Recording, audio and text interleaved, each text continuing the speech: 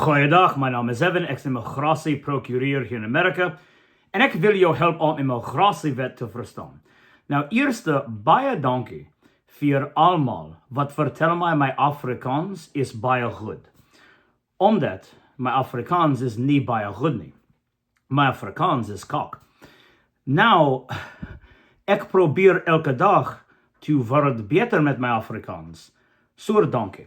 En mijn grootste probleem met Afrikaans is, ik denk ik heb een baie groot woordeskat.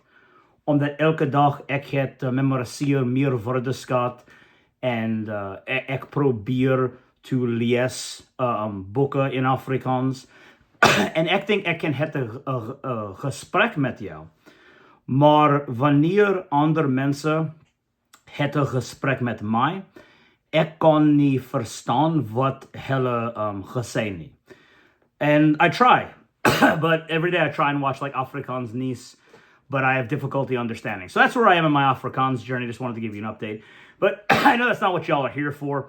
So forgive me again, I'm still getting over this COVID cough. I've got my lemon water with me.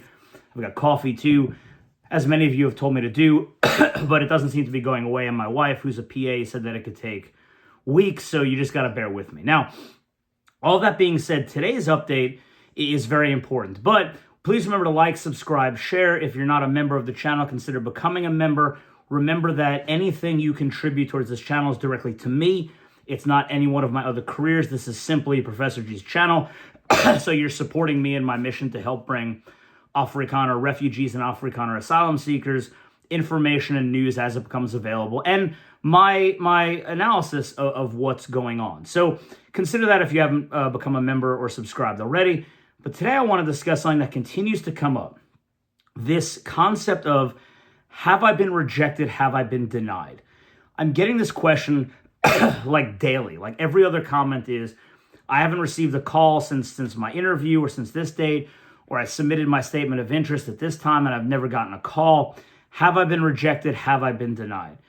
As far as I can tell, and Colonel Wyatt as well, we were on an email chain together from an email yesterday, none of us have seen any proof of any Afrikaner refugee being denied or being rejected or not being referred to USCIS. So from that first step, I haven't seen any proof of any non-referrals to USCIS, the refugee officers, and I haven't seen any proof of a USCIS refugee officer rejecting someone at that stage in the process. So now, flip to my asylum seekers here in the States, I've seen nothing but rejections. So remember, if you are here in the States and you are considering asylum, I've told you, Colonel Wyatt has told you, I continue to preach as loud as I can. Of course, I would help if I can, but asylum is almost impossible. It is so very difficult to get that people who are, nog steeds binnen South Africa, stay there and do the refugee program and be patient and wait. Because if you come here and try for asylum, it is so difficult that if anyone ever guarantees you that they can win you an asylum claim, if an attorney does that, you need to run, right? But that being said, people who have been denied their affirmative asylum claim through USCIS have been referred to immigration court. And like I told you, I had a client yesterday who his next hearing, and not his trial, but his next hearing to file his asylum application with the immigration court was set for 2 years from now. So at least for my asylum seekers, do know that you have time here as you go through the process. But now, back to the refugees. I have had no proof, no evidence, nothing that anyone has been denied. Can I give you advice? Can I tell you what's going on? No. I'm not the initial screeners. I'm not USCIS. I have no idea.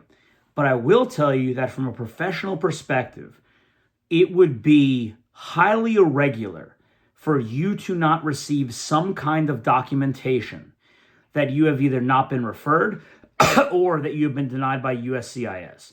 I know for a fact USCIS, as a United States government agency, is nothing if not bureaucratic and paperwork heavy. So there is no reason that you should not receive some kind of denial letter if you have not been selected for the refugee program. As far as the initial screening agencies, I again would say it would be highly improper and unprofessional which many of you argue that they already are, for you to not to receive some kind of notice that you haven't been referred. So right now, since I've received no proof or anything from anyone, and as far as I'm aware, Colonel Wyatt as well has received nothing, no hard copy, nothing saying anyone has not been referred or not been rejected, let me try and answer this question by saying you have to be patient. You have to wait. And I know that sucks, but I've been saying this for months now. This is a logistical juggernaut of a process for the thousands of you who have applied, who are still in your country of oppression, who the U.S. government is trying to go through all of these people and vet everyone and backgrounds and medicals and all of this stuff. And like I said in the other video, and Colonel Wyatt had to make a response to it because people missed the point of my last video, you need to be as prepared as possible. And I brought up the persecutor bar because apartheid is an issue and it is a problem. They are going to ask about military service or police service. They are going to ask about your criminal history, your background, all of that. It doesn't mean you're going to be disqualified, but you need to be able to answer for all of these questions that are going to come up, because we will not take a former persecutor. We will not take a criminal who is a danger to the national security of the United States. This program is not an entitlement. Refugee programs and asylum programs are not entitlements to people.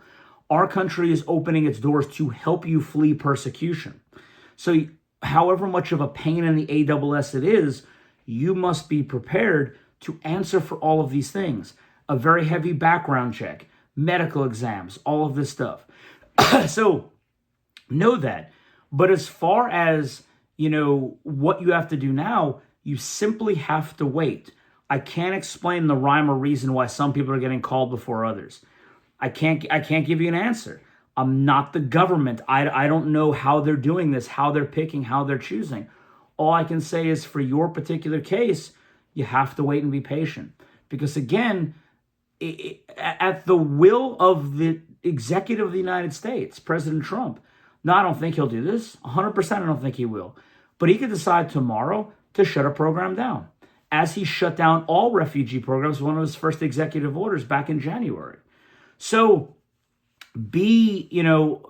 all the people coming to the channel and saying this program is a joke, it's a lie, I knew it from the beginning, it's nothing more than a political smokescreen or a show.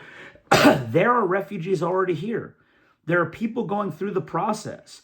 President Trump has directed it, created it, and keeps it open now to help you. So while I don't expect, I'm not a person who expects gratitude from anyone to the United States, right? I don't expect people to come to this channel and be like, thank you, Trump, and thank you, yes. No, I don't expect that at all. If you want to, sure, that's fine. That's your own prerogative. But the negative comments about it, I think, are unfounded, because it is a program, it is active, it is going through the process, and it will take some time.